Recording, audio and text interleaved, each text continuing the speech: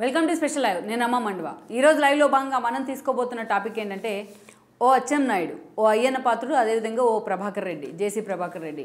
వీళ్ళంతా కూడా ఈ రోజున రియల్ హీరోస్ అవుతున్నారా టీడీపీ కార్యకర్తల్లో అంటే అవుననే చెప్పాలి. పార్టీ అధికారంలోకి రావడం ఒక ఎత్తు అయితే వచ్చిన తర్వాత అటు చంద్రబాబు నాయుడు కానీ మిగతా నేతలు కానీ వ్యవహరిస్తున్న తీరు మరొక ఎత్తు. ఎందుకంటే అటు వైఎస్ఆర్సీపీని టార్గెట్ చేసే క్రమంలో గత 5 ఏళ్లుగా తమని హింసించి హెరాస్ చేసిన వైసీపీని ఏదైతే హ్యూమిలేట్ చేసే విషయంలో అటు చంద్రబాబుతో సహా మెజారిటీ నేతలు టీడీపీలో చాలా సాఫ్ట్ కార్నర్తో ఉన్నారు. ఏది చేసినా లీగల్గా వెళ్దాం, ఏది చేసినా పద్ధతి ప్రకారం వెళ్దాం అంటూ కూడా చంద్రబాబు నాయుడు ఎప్పుడూ చెప్పేలాగే ఒక పెద్ద మాస్టర్ లాగా ఆయన క్లాసులు తీసుకుంటూ ఉన్నారు ఈ రోజున. కానీ ఈ రోజున చూసినట్లయితే దానికి భిన్నంగా ఈరోజు కొంతమంది నేతలు మాత్రమే, ఒక పిడికెడు మంది నేతలు మాత్రమే వ్యవహరిస్తూ ఉన్నారని చెప్పుకోవాలి. వాళ్ళు వ్యవహరిస్తున్న తీరు ఈరోజు నిజంగానే వాళ్ళని క్యాడర్లో వాళ్ళకి ఒక హీరో వర్షిప్ వస్తుంది. అపార్ట్ ఫ్రమ్ డిస్ట్రిక్ట్స్ కానీ, అపార్ట్ ఫ్రమ్ ఏదైతే పార్టీస్ కానీ, వాళ్ళకి కామన్ మ్యాన్లో కూడా అది వాళ్ళు మాట్లాడుతున్న తీరు చూస్తున్న తర్వాత నిజంగానే వాళ్ళని ఒక అచ్చెన్నాయుడు కావచ్చు, ఒక అయ్యన్న పాత్రుడు లాంటి వాళ్ళు, నిన్న ప్రభాకర్ లాంటి వాళ్ళు మాట్లాడిన తీరు ఇవన్నీ కూడా వాళ్ళలో ఒక హీరో వర్షిప్ని అయితే తీసుకొస్తూ ఉన్నాయి. వైఎస్ఆర్సీపీ మీద ప్రతీకారం తీర్చుకోవాల్సిందే అన్న విధంగా వాళ్ళు మాట్లాడుతున్న తీరు కానీ, క్యాడర్లో ఒక ధైర్యం నింపుతున్న తీరు కానీ ఈరోజు నిజంగా వాళ్ళని అదే స్థాయిలో మనం చెప్పుకున్నట్టు చర్చనీయాంశం చేసినాయి. టాక్ ఆఫ్ ది టీడీపీనే కాదు, టాక్ ఆఫ్ ది స్టేట్ కూడా అయ్యారటు. ఇటు చూస్తే ప్రభాకర్ రెడ్డి ఈరోజు ఎమ్మెల్యేగా కూడా లేరు, వాళ్ళ కొడుకు గెలిచినప్పటికీ. మరోవైపు చూసినట్లయితే మనం ఇక్కడ అచ్చెన్నాయుడు మంత్రిగా ఉన్నారు, అదేవిధంగా అయ్యన్న పాత్రుడు లాంటి వాళ్ళు స్పీకర్ కూడా కాబోతూ ఉన్నారు. సో ఇలాంటి సిచ్యువేషన్లో ఈ రోజున వాళ్ళ ముగ్గురు కూడా ఒక హీరో వర్షిప్ అయితే వస్తుంది వాళ్ళ ముగ్గురికి. దానికి కారణం కూడా ఉంది ఈ రోజున ఆ స్థాయిలో రావడానికి. ముందుగా మనం చూసినట్లయితే ఒక అచ్చెన్నాయుడు గురించి చెప్పుకోవాలి. అయితే వీళ్ళ గురించి చెప్పుకునే ముందు ఒక చిన్న విషయాన్ని కూడా ఇక్కడ మనం హైలైట్ చేసుకోవాలి.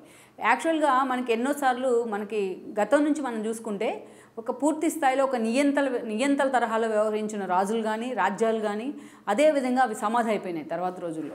ఒకవేళ ప్రజలు పూర్తి స్థాయిలో ప్రజలను, ప్రతిపక్షాలను గొంతెత్తే జర్నలిస్టులను లేకపోతే ఇంకో రకంగా వాళ్ళని ఎంత అణిచేసే ప్రయత్నం చేసినా చివరికి ప్రకృతే పగబడుతుంది అనేది సంభవామి యుగ రూపంలో కూడా మనకు అర్థమైంది. భగవద్గీత చదివిన వాళ్ళకి అది అర్థమవుతూ ఉంటుంది, అది పూర్తి స్థాయిలో అర్థం చేసుకున్న వాళ్ళకి. కానీ మొన్న చూసినట్లయితే నిజంగా జగన్మోహన్ రెడ్డి ఎన్నోసార్లు 2019 ఎన్నికల్లో ఆయన గెలిచిన తర్వాత ఫస్ట్ టైం ఆయన అంత థమ్మింగ్ మెజారిటీతో, ఒక యువకుడైనా చాలా భవిష్యత్తు ఉంది, ఒక జగన్మోహన్ రెడ్డి సీఎం అయిన తర్వాత నిజంగానే ఆ ఎక్స్పోజర్ అయితే వచ్చింది. అది కూడా టీడీపీ 23 సీట్లకే పరిమితమైన పరిస్థితుల్లో జగన్మోహన్ రెడ్డికి నిజంగానే ఒక లెదర్జీ అయితే వచ్చింది. ఇక తనకు తిరుగులేదు అన్నట్టుగా ఆయన తను ఒక ముఖ్యమంత్రి అనే దాన్ని పక్కన పెట్టి తనకు తానే తను ఒక రాజుగా, ఒక హిట్లర్ లాగా అభివర్ణించుకునేవాళ్ళు.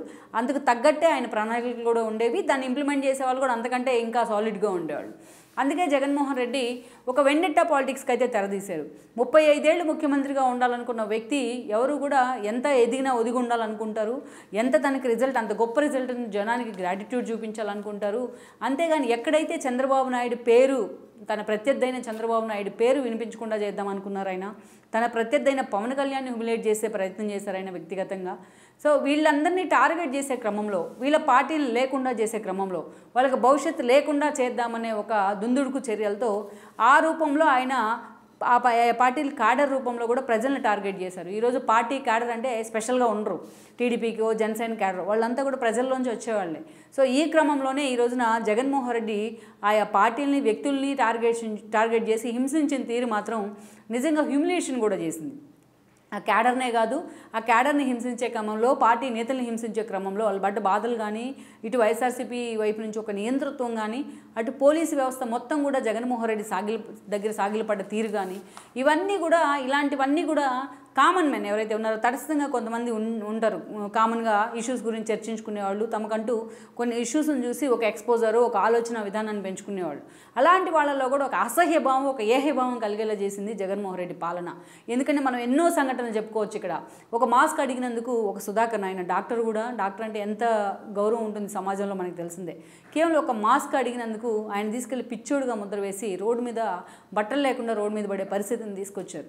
అదేవిధంగా చూస్తే ఒక సుబ్రహ్మణ్యం, ఏదైతే సుబ్రహ్మణ్యం ఫ్యామిలీని ఎలాగ ఈరోజు వాళ్ళు రోడ్డు మీద పడ్డారో మనకు తెలిసిందే. డైరెక్ట్గా ఆయన తీసుకెళ్ళి అనంతబాబు డోర్ డెలివరీ చేసిన పరిస్థితి, ఒక డెడ్ బాడీని తీసుకెళ్ళి. ఇక గంజాయి, గాంజా, డ్రగ్స్ అనేది చాలా కామన్ థింగ్గా మారిపోయినాయి రాష్ట్రంలో అనేది. మనం ఒక అమర్నాథ్ గౌడ్ వాళ్ళ అక్కని వేధిస్తున్నందుకు క్వశ్చన్ చేస్తే డైరెక్ట్గా పెట్రోల్ పోసి ఆ పిల్లగాని తగలబెట్టిన పరిస్థితి అయితే ఉంది. ఇలా ఒక కిరణ్ ఇలా శిరోముండం చేపించడం, ఇలా అనేక ఇన్సిడెంట్స్. ఏకంగా ఎంపీ అయిన రఘురామకృష్ణరాజు మొదలుకొని పార్టీలో సీనియర్ నేతలుగా ఉన్న పట్టాభి లాంటి వాళ్ళ వరకు ఎవరిని జగన్మోహన్ రెడ్డి వదిలిపెట్టలేదు. తన ప్రజావేదిక విధ్వంసంతోనే తన పాలన స్టార్ట్ అయిందని అనుకోవాలి. అదే విధ్వంసాన్ని మనుషుల మీద కూడా చూపించే ప్రయత్నం చేశారు ఆయన. ఒక వెండెట్టా పాలిటిక్స్. ఒక మహిళ, ఆమె ఎప్పటి నుంచో బిజినెస్లో ఉన్నారు, ఆవిడ హోటల్ బిజినెస్లో శంకర విలాసుకు చెందిన రంగనాయకమ్మ. ఇలా చెప్పుకుంటూ పోతే ఒక అడ్డు ఆపు ఉండదని అనుకోవాలి. ఎలాగైతే టీడీపీకి చెందిన నేతలను, జనసేనకి చెందిన నేతలను ఇలాగైతే ఆయన హ్యూమిలేట్ చేసే ప్రయత్నం చేశారో, హెరాస్ చేసే ప్రయత్నం చేశారో, నోరు తెరిస్తే కేసులు, గట్టిగా మాట్లాడితే అరెస్టులు, ఇంకా గట్టిగా ప్రశ్నిస్తే తీసుకెళ్ళి లాకప్లో వేసి ఏదైతే వాళ్ళని టార్చర్ పెట్టడం, 3rd డిగ్రీలు ప్రయోగించడం, ఇలా దానికి ఎవ్వరూ ఎగ్జామ్షన్ కాదు. ఇవాళ పార్టీ నేతలైనా, మాజీ మంత్రులైనా, ఒక ధూళిపాల మొదలుకొని అచ్చెన్నాయుడు వరకు, కొల్లు రవీంద్ర మొదలుకొని అనేక మంది వరకు జగన్మోహన్ రెడ్డి టచ్ చేయని, జగన్మోహన్ రెడ్డి బాధ పెట్టని, ఆయన వల్ల హ్యూమిలేట్ కాని నేతలే లేరంటే అతిశయోక్తి కాదు. ఈరోజు నేతల్ని కొడడం ద్వారా, నేతల్ని టార్గెట్ చేయడం ద్వారా కింద క్యాడర్ కూడా బయటికి రావాలంటేనే భయపడే పరిస్థితి ఉంది. అలాంటి సిచ్యువేషన్ నుంచి ఈరోజు చంద్రబాబు నాయుడు అరెస్ట్ దాకా జగన్మోహన్ రెడ్డి వెళ్ళారు. ఏదైతే తాను చేయకూడదో అదే ప్రయత్నాన్ని చేశారు. ఏదైతే తాను చేయకూడదు తప్పుందో అదే చంద్రబాబుని టచ్ చేయడం. ఇక అదొక పీక్ స్టేజ్ అనుకోవాలి. ఒక సుదీర్ఘ రాజకీయ చరిత్ర ఉన్న చంద్రబాబు నాయుడిని ఆ స్థాయిలో ఒక 52 రోజుల పాటు జైల్లో పెడతాం ద్వారా ఆయన్ని సైకలాజికల్గా డిటరేట్ చేశానని జగన్మోహన్ రెడ్డి అనుకున్నారు. ఇక పార్టీ మొత్తం కూడా డిఫెన్స్లో పడుతుంది అనుకున్నారు. కానీ అప్పుడే ఆ కోపం, ఆ కసే ఈరోజు కామన్ మ్యాన్లో కూడా జగన్మోహన్ రెడ్డి మీద తిరుగుబాటు మొదలయ్యేలా చేసింది. దాని రిజల్టే 11 సీట్లు. దట్ ఈస్ కాల్డ్ దేవుడి స్క్రిప్ట్. జగన్మోహన్ రెడ్డి ఎప్పుడూ చెప్తూ ఉంటారు. అయితే ఇదంతా ఒక ఎత్తు అయితే, ఈ రోజున చాలామందికి ఈ 5 ఏళ్ల పాటు పడ్డ బాధల నుంచి మనం ఇప్పుడు వెలుగులోకి వచ్చేవి, ఇప్పుడు దాకా మనం చెప్పుకున్నవి ఓన్లీ ఒక 5% కూడా ఉండవు, ఒక 1% మాత్రమే ఉంటాయి. అలా వెలుగులోకి రానివి వైఎస్ఆర్సీపీ నేతల కారణంగా, వాళ్ళ నియంతృత్వం కారణంగా అడుగడుగునా వాళ్ళు ఇబ్బందులు పడ్డ సందర్భం కామన్ మ్యాన్కి ఎన్నో ఎదురైనాం. ఒక ఆరుద్ర లాంటి సంఘటన మనం చూసాం మొన్న. సో ఇలాంటివి ఎన్నో ఉన్నాయి. వాళ్ళంతా కూడా మనం చంద్రబాబు నాయుడు ముందు నుంచి చెప్తున్న మాట ఏంటంటే, అధికారంలోకి లోకేష్ పాదయాత్రలో కూడా ఒక రెడ్ బుక్ చూపిస్తూ వచ్చారు ఆయన. వాడు అధికారులను లేకపోతే ఎవరు వేధిస్తే మమ్మల్ని వాళ్ళందరినీ కూడా చట్టపరంగా శిక్షిస్తామంటూ కూడా లోకేష్ పద్ధతిగా మాట్లాడుతూ వచ్చారు. ఇక చంద్రబాబు నాయుడు విషయానికి వస్తే ఆయన నోరు తెరిస్తే మాట్లాడేది శాంతి భద్రతల గురించే. ఆయన ఎప్పుడు కూడా లా అండ్ ఆర్డర్ని డినై చేయొద్దంటూ మాట్లాడుతూ ఉంటారు. ఈవెన్ మనం చూస్తే పార్టీ అధికారంలోకి వచ్చిన తర్వాత 1-2 రోజుల పాటు గతంలో వాళ్ళు చేసిన విమర్శలను, వాళ్ళు చేసిన హ్యూమిలేషన్ను గుర్తు చేసుకుంటూ ఒక నాని ఇంటికో, ఒక కొడాలిన ఒక వంశీ ఇంటికో, ఒక రోజా దగ్గర, లేకపోతే ఒక జోగి రమేష్ ఇంటికో ఎవరైనా టీడీపీ కార్యకర్తలో, జనసేన కార్యకర్తలో ధర్నాకో, నిరసనకో వాళ్ళని ప్రొవోక్ చేసేందుకు వెళ్తే ఎక్కడికక్కడ పోలీసులను పెట్టి కూడా వాళ్ళని అడ్డుకునే ప్రయత్నం చేస్తుంది ప్రభుత్వం. తమ కార్యకర్తల్ని అడ్డుకునే ప్రయత్నం చేస్తుంది. ఇది ఒక వింత. సో లా ఆర్డర్ ప్రకారం వెళ్దాం, ఇట్లాంటి ఎక్కడ దాడులు జరగడానికి వీల్లేదంటూ చాలా క్యాటలారికల్గా మాట్లాడుతూ ఉన్నారు చంద్రబాబు నాయుడు. వేరేజ్ ఇక్కడ పవన్ కళ్యాణ్ కూడా గతంలో వైసీపీ నేతలు అందరూ తేలుస్తానన్నారు. ఆయన చెప్పు తీసి కూడా చూపించిన పరిస్థితి ఉంది గతంలో. బట్ తాను గెలిచిన తర్వాతే చాలా నెమ్మదిగా తన క్యాడర్తో మాట్లాడుతూనే వైఎస్ఆర్సీపీ నేతలు అంటే పర్టికులర్గా నాకేం కోపం లేదు, ఆగ్రహం లేదు అన్నట్టుగా కూడా మాట్లాడారు. అంటే ఒక వెండెట్టా పాలిటిక్స్ కనుక చోటు ఇచ్చినట్లయితే తమ పాలన కూడా జగన్మోహన్ రెడ్డి బాటలోనే వెళ్లే పరిస్థితి ఉంది అనేది వీళ్ళ ఆలోచన కావచ్చు. రాష్ట్రంలో గవర్నమెంట్ ఫామ్ అయిన వెంటనే ఒక శాంతి భద్రతల సమస్య తలెత్తితే అది ప్రభుత్వానికే ఇబ్బంది కలుగుతుందనే ఇంకొక ఆలోచన కావచ్చు. బట్ కారణాలు ఏవైనా కానీ ముందు పాలన మీద ఫోకస్ పెడదాం, రాష్ట్రాన్ని, చిన్నభిన్నమైన రాష్ట్రాన్ని ఒక గాడిలో పెడదాం అనేది వీళ్ళ ఆలోచన కావచ్చు. సో కొంతమంది వీళ్ళ ఆలోచనలో అడుగులు వేసేవాళ్ళు ఉండొచ్చు. కానీ వేరేజ్ క్యాడర్ విషయానికి వచ్చినట్లయితే మాత్రం ఈరోజు క్యాడర్ ఆ పరిస్థితులు లేదు. చంద్రబాబు నాయుడు చెప్తేనో, పవన్ కళ్యాణ్ హోల్డ్ చేయమంటేనో వాళ్ళు వినే పరిస్థితిలో లేరు. ఎందుకంటే వాళ్ళు గత 5 ఏళ్లుగా అనుభవించిన అనుభవాలు కానీ, వాళ్ళు హ్యూమిలేషన్ గురైన తీరు కానీ ఆ స్థాయిలో ఉందనుకోవాలి. అందుకే ప్రతీకారం తీర్చుకోవాలనే ఆశ మాత్రం చాలామందిలో ఉంది.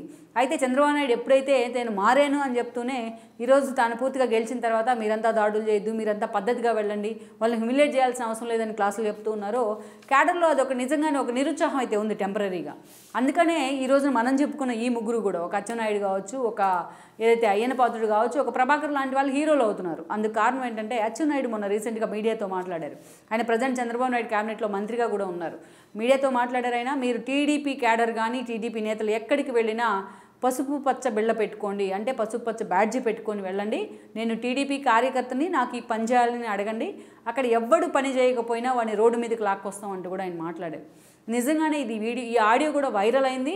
నిజంగా అదొక బూస్ట్ క్యాడర్లో. అచ్చెన్నాయుడు మాట్లాడిన విధానం అనేది సరే తమకు ఎదురు లేకుండా నియంత్రితంగా వ్యవహరిస్తారా అంటే ఎప్పుడు కూడా ఆ స్థాయిలో వాళ్ళని వెళ్ళనివ్వరు చంద్రబాబు నాయుడు. అది గతంలో కూడా మనం చూసాం. కానీ అచ్చెన్నాయుడు లాంటి వాడు అలా మాట్లాడిన తర్వాత అది క్యాడర్లో నిజంగానే ఒక ధైర్యాన్ని, ఒక బూస్ట్ అయితే ఇచ్చిందని అనుకోవాలి. అటు అచ్చెన్నాయుడు అలా మాట్లాడిన 2వ రోజే అయ్యన్న పాత్రుడు కూడా ఈరోజు అయ్యన్న పాత్రుడు గత 5 ఏళ్ల కాలం ఒక సుదీర్ఘ పోరాటం అయితే చేశారు వైసీపీలో. ఆయన ఇంటిని కూడా పగలగొట్టిన పరిస్థితి ఉంది వైఎస్ఆర్సీపీ ప్రభుత్వం. సో అలాంటి అయ్యన్న పాత్రుడు ఈ రోజున మొన్నటి ఎన్నికల్లో ఆయనకి టికెట్ ఇచ్చారు. ఆయన ఎమ్మెల్యేగా కూడా గెలుచున్నారు. సీనియర్ కోటాలో మంత్రి పదవి వస్తుందని ఆయన అభిమానులు అంచనా వేసినప్పటికీ లోకల్ ఈక్వేషన్స్లో అయ్యన్న పాత్రుడిని పక్కన పెట్టాల్సి వచ్చింది. కానీ ఎక్కడ కూడా అయ్యన్న పాత్రుడు ఆ హుందాతనాన్ని అయితే ప్రదర్శించారు. గతంలో ఎన్టీఆర్ హయాంలో నాకు 25 ఏళ్లకే మంత్రి పదవి వస్తే అప్పుడు నా జూనియర్స్ కూడా బాధపడి ఉంటారు, బట్ ఇప్పుడు జూనియర్స్కి అవకాశం ఇవ్వాలంటూ కూడా ఆయన తన హుందాతనాన్ని చాటుకున్నారు. అంతేకాదు ఇక ఈరోజు ఆయన్ని స్పీకర్ని కూడా చేస్తూ ఉన్నారు చంద్రబాబు నాయుడు, స్పీకర్గా అవ్వబోతున్నారు అయ్యన్న పాత్రుడు. అలాంటి అయ్యన్న పాత్రుడు కూడా మీడియాతో మాట్లాడుతూ ఒక్కొక్క కార్యకర్త మీద పడిన దెబ్బకు కానీ కార్యకర్తలు అనుభవించిన నరకాన్ని కానీ తిరిగి వైఎస్ఆర్సీపీ నేతలకు చూపిస్తామంటూ కూడా ఆయన మాట్లాడారు. ఎవరిని వదిలిపెట్టే ప్రసక్తే లేదంటూ కూడా ఆయన మాట్లాడుతున్నారు ఈ రోజున. ఎందుకంటే ఒకరిద్దరు ఎగ్జామ్షన్స్ ఇస్తున్నా చంద్రబాబు నాయుడు చెప్పేది చెప్తారు, మేము చేసేది మేము చేస్తామన్నట్టుగా అయ్యన్న పాత్రుడు లాంటి వాళ్ళు ఈ రోజున గతంలో తాము పడిన బాధలన్నింటినీ కూడా తమ స్థాయి సుదీర్ఘంగా తాము మంత్రిగా చేసిన తమలాంటి వాళ్ళకే ఈ పరిస్థితి ఎదురైతే ఇక కామన్ మ్యాన్ పరిస్థితి ఏంటి అంటూ కూడా ఆయన చాలా ఎమోషనల్ కూడా అయ్యారు అయ్యన్న పాత్రుడు లాంటి వాళ్ళు మీడియా ముందు. అందుకే ఎవరిని వైఎస్ఆర్సీపీలో జగన్మోహన్ రెడ్డితో సహా ఎవరిని మేము వదిలిపెట్టే ప్రసక్తే లేదంటూ కూడా మాట్లాడుతున్నారు. అందుకు కారణం ఉంది. ఎందుకంటే టీడీపీ సోషల్ మీడియా చూస్తున్నారన్న కారణంగా చింతకాయల విజయ్ అయ్యన్న పాత్రుడు కొడుకు ఇంటికి వెళ్ళి మరీ సిఐడి అధికారులు హడావిడి చేశారు. అక్కడ వాళ్ళ డాటర్ చిన్న పాప, ఆమె 3 ఏళ్ళ పాప కూర్చుని ఉంటే ఆ అమ్మాయిని కూడా భయపడే విధంగా ఆ పాపను కూడా వాళ్ళు ఒక టార్చర్ పెట్టే ప్రయత్నం చేశారు ఆ ఫ్యామిలీ మెంబర్స్ని చింతకాయల విజయ్ ఇంట్లో లేనప్పుడు. అలా అది ఎవరు కూడా మర్చిపోలేరు. తమ ఫ్యామిలీకి సంబంధించి తమ రక్త సంబంధికులు బాధపడితేనే చిన్న మాట అంటేనే తట్టుకోలేరు ఎవరు కూడా. అలాంటిది ఆ స్థాయిలో అధికారులు హడావిడి చేసి పోలీసులు చింటికి చేస్తే ఎవరు మర్చిపోలేరు. అలాంటివి ఇంట్లో అంతమంది మనుషులు ఉన్నప్పుడు ఇంటిని గోడలను కోలుగొట్టే ప్రయత్నం చేసినా ఎవరు తీసుకోలేరు అది. అందుకే ఈరోజు అయ్యన్న పాత్రుడు లాంటి వాళ్ళు తమకే ఇలా జరిగితే సామాన్య ప్రజల పరిస్థితి ఏంటి, అందుకే దెబ్బకు దెబ్బ తీర్చుకుంటాం అన్నట్టుగా ఆయన మాట్లాడారు. అందుకే ఈరోజు అయ్యన్న పాత్రుడు కూడా టాక్ ఆఫ్ ది స్టేట్ అవుతూ ఉన్నారు. ఇక మరో వ్యక్తి గురించి మనం చెప్పాలి, అదే జేసీ బ్రదర్స్లో అత్యంత కీలకమైన జేసీ ప్రభాకర్ రెడ్డి. ఈరోజు మామూలుగా అయితే జేసీ బ్రదర్స్ అంటేనే ఎప్పుడు కూడా కాంట్రవర్సీ కేర్ ఆఫ్ అడ్రస్గా ఉంటారు. గతంలో మనం చూసాం కూడా సుదీర్ఘకాలం వాళ్ళు కాంగ్రెస్లో అనంతపురం జిల్లాలో చక్రం తిప్పారు రాజకీయాల్లో కూడా. ఇక ప్రత్యేకించి తెలంగాణ సమైక్యాంధ్ర మూవ్మెంట్ అప్పుడు జేసీ లాంటి వాళ్ళు ఎలా గ్రేటర్ అలయన్స్ పేరుతో హడావిడి చేశారు మనకు తెలిసిందే. రాష్ట్ర విభజన తర్వాత వాళ్ళు టీడీపీలోకి రావడం జరిగింది. టీడీపీ నుంచి ఎంపీగా ఎమ్మెల్యేలుగా కూడా గెలిచారు. బట్ అధికారంలో ఉన్న సమయంలో అదే స్థాయిలో జగన్మోహన్ రెడ్డి అంటేనే వాళ్ళు ఒంటికాల మీద వెళ్ళిన సందర్భం ఉంది గతంలో వాళ్ళకున్న అనుభవాల దృష్ట్యా. అయితే ఆ ఫ్యామిలీకి కొన్ని బిజినెస్ దివాకర్ ట్రావెల్స్ కావచ్చు, కొన్ని బిజినెస్లు కావచ్చు, స్థానికంగా ఒక రాజకీయాల్లో కూడా ఒక రెప్యుటేషన్ అయితే ఉంటూ వచ్చింది. బట్ దివాకర్ రెడ్డి కానీ ప్రభాకర్ రెడ్డి మాత్రం ఒకే జోన్లో వెళ్తూ వచ్చారు ఎప్పుడు ఏదైతే పూర్తిస్థాయిలో ఒక అగ్రెసివ్ నేచర్తోనే. ఈ క్రమంలోనే గోరంట్ల మాధవ్ లాంటి వాళ్ళతో ఇష్యూస్ కానీ ఆయనకు మళ్ళీ జగన్మోహన్ రెడ్డి మంత్రి పదవి ఇవ్వడం, ఆయన సొంతగా తానే బట్టలు తీసుకొని బజార్ని పడి మరీ ఈ రోజున తను సెల్ఫ్ గోల్ చేసుకోవడం, ఆయన టికెట్ నుంచి పక్కన పెడతాం, ఇవన్నీ మనకు తెలిసిందే. అదంతా చూసినట్లయితే ఈరోజు ఏకంగా వాళ్ళ కొడుకులు ఇద్దరు కూడా ఒకరు ఎంపీ ఒకరు ఎమ్మెల్యే కూడా అయ్యి ఉన్నారు. బట్ అదే స్థాయిలో ఈ రోజున చూస్తే ప్రభాకర్ రెడ్డి ఆల్మోస్ట్ చాలా రోజుల తర్వాత మీడియా ముందుకు వచ్చే ప్రయత్నం చేశారు. గత ఎన్నికల్లో ఆయన పోటీ చేయలేదు, ప్రజెంట్ ఎమ్మెల్యేగా కూడా లేరు వాళ్ళిద్దరు బ్రదర్స్. అయినా కూడా ప్రభాకర్ రెడ్డి ఫస్ట్ టైం తన అగ్రెసివ్ నేచర్కి భిన్నంగా ఈరోజు కన్నీళ్లు పెట్టుకునే ప్రయత్నం చేశారు. ఎంతైతే కన్నీళ్లు పెట్టుకున్నారో అంతే ఎమోషన్తో ప్రభాకర్ రెడ్డి మాట్లాడారు. బట్ ఆయన మాట్లాడిన మాటల్లో కొంత ఫిల్దీ లాంగ్వేజ్ ఉన్నప్పటికీ కూడా ఈరోజు తన హ్యూమిలియేషన్ని ఆయన చెప్పే ప్రయత్నం చేశారు మీడియాతో. తను ఈ 5 ఏళ్ల పాటు జగన్మోహన్ రెడ్డి సర్కార్ కానీ స్థానిక నేతలు తనని ఎంతగా హ్యూమిలేట్ చేశారు, కనీసం తన రూమ్లో బంధించి ఆ భోజనం కూడా టైంకి పెట్టలేదు తన పేషెంట్ అయినప్పటికీ అంటూ కూడా మాట్లాడారు. ఇంట్లో భార్య పిల్లలు వీళ్ళంతా కూడా తమ మనవరాళ్ళు అంతా కూడా ఒక హ్యూమిలేషన్కి అయితే గురయ్యారు. అనుక్షణం నరకాన్ని అనుభవించారు. ఈ నరకాన్ని మొత్తాన్ని కూడా నేను చూపిస్తాను, కావాలంటే చంద్రబాబు నాయుడు నన్ను కంట్రోల్లో పెడితే పార్టీ నుంచి బయటకు వచ్చైనా సరే, ఆయన మంచోడు, ఆయన పార్టీ నుంచి బయటకు వచ్చైనా సరే నేను ఎవరిని కూడా వదిలిపెట్టినట్టు కూడా ఈరోజు ప్రభాకర్ రెడ్డి మాట్లాడడం జరిగింది. ఒక్కొక్కరు అంతు తేలుస్తానంటూ కూడా సజ్జల రామకృష్ణారెడ్డి దగ్గర మొదలు పెడితే జగన్మోహన్ రెడ్డి దాకా అందరినీ కూడా ఆయన పూర్తి స్థాయిలో ఎవరెవరు ఏమేం చేశారంటూ కూడా వాళ్ళ పాపాల చెట్టని మీడియా ముందు పెట్టే పరిస్థితి ఉంది. అందుకే ఈరోజు ప్రభాకర్ రెడ్డి మాట్లాడి అంత ఎమోషనల్ అయ్యారు అంటేనే, అంత సీనియర్ నేత, అంత రెప్యుటెడ్ ఫ్యామిలీ ఆ స్థాయిలో ఎమోషన్ అయ్యారు అంటేనే ఆయన ఎంతో హ్యూమిలేషన్ అనుభవించాలి ఉండుంటారు అనేది అర్థమవుతుంది అందరికీ. సో ఇలా వీళ్ళు ముగ్గురు, ఒక ప్రభాకర్ రెడ్డి, ఇంతకుముందు చెప్పుకున్న అయ్యన్న కానీ అచ్చన్న కానీ, వీళ్ళు ముగ్గురు ఈరోజు మాట్లాడారు. కానీ అట్లా మాట్లాడిన వాళ్ళు, బయటికి రాని వాళ్ళు ఎంతోమంది ఉన్నారు. లైక్ పట్టాభి లాంటి వాళ్ళని మనం చూసాం. మొన్న వెళ్ళి ఆయన బొకే కూడా ఇచ్చొచ్చారు. ఆయన లేకపోయినా తనని హింసించిన అధికారికి బొకే ఆ చైర్లో కూడా పెట్టొచ్చారు. అలా ఎంతోమంది నేతలు ఇలా ఈరోజు బయటకు వచ్చి కొంతమంది మాట్లాడుతుంటే ఆఫ్ ద రికార్డ్ కొంతమంది మాట్లాడుతున్నారు. బట్ క్యాడర్కి మాత్రం ఎక్కడ, పార్టీ క్యాడర్కి ఎక్కడ బయటకు వచ్చి చెప్పుకునే అవకాశం దొరకట్లేదు. అందుకే తమ వాయిస్నే వీళ్ళు మాట్లాడారు అంటూ కూడా ఈరోజు వాళ్ళ ముగ్గురిని వర్షిప్గా తీసుకుంటున్న పరిస్థితి. అంత డేర్గా ఒక్కొక్కరిని ఎవరిని వదిలిపెట్టమన్నట్టుగా వీళ్ళు మాట్లాడిన తీరుతో వీళ్ళు నిజంగానే వీళ్ళ యాటిట్యూడ్కి క్యాడర్ కూడా ఈరోజు ఫిదా అవుతుంది. ఆ స్థాయిలో ఇంప్లిమెంట్ చేస్తారా, ఆ స్థాయిలో పగదీర్చుకునే ప్రయత్నం చేస్తారా అనేది పక్కన పెడితే అంత ఛాన్స్ కూడా చంద్రబాబు ఎవరైనా అనుకోవాలి. బట్ ఆ స్థాయిలో క్యాడర్లో నమ్మకం కల్పించడంలో మాత్రం వీళ్ళు ముగ్గురు ఇలాంటి వాళ్ళు సక్సెస్ అయ్యారని అనుకోవాలి. అందుకే ఈరోజు వీళ్ళు ముగ్గురు కూడా టాక్ ఆఫ్ ది టీడీపీగా మారారు. అయితే ఇక ముందు ఇలాంటి వాళ్ళని కూడా చంద్రబాబు నాయుడు కట్టడి చేస్తారనేది అయితే ఎవరూ కాదనలేని వాస్తవం. మరి ఈ విషయంలో చంద్రబాబు ఇక ముందులాగే కట్టడి చేసే ప్రయత్నం చేస్తారు. ఈసారి కొంచెం నేతలకైతే మాత్రం గత అనుభవాలను దృష్టిలో పెట్టుకొని కొంచెం లిబరల్గా వాళ్ళని వదిలే ప్రయత్నం చేస్తారనేది కూడా మనం చూడాల్సి ఉంది. అయితే శ్రీలక్ష్మి లాంటి వాళ్ళ దగ్గర బొకే తీసుకొని తీరు కానీ, అదేవిధంగా సిఎస్ జోహర్ని పక్కన పెట్టిన తీరు కానీ, ఇలాంటి సంఘటనలు చూసినట్లయితే చంద్రబాబు నాయుడు నిజంగానే మారారని చర్చ జరుగుతోంది. లెట్స్ సీ మరి ఒక అచ్చెన్న, ఒక అయ్యన్న, ఒక ప్రభాకర్ రెడ్డి తరహాలోనే జగన్మోహన్ రెడ్డి మీద, ఆయన పార్టీ మీద ఒక వెండెట్టా పాలిటిక్స్కి చంద్రబాబు అనుమతిస్తారా, లేకపోతే ఎప్పుడు కూడా అదే సంయమనంతో వాళ్ళందరినీ కూడా కట్టడి చేసే ప్రయత్నం చేస్తారనేది మాత్రం మనం చూడాల్సింది. ఈ వీడియో మీకు నచ్చినట్లయితే please share, like and subscribe R24 Telugu.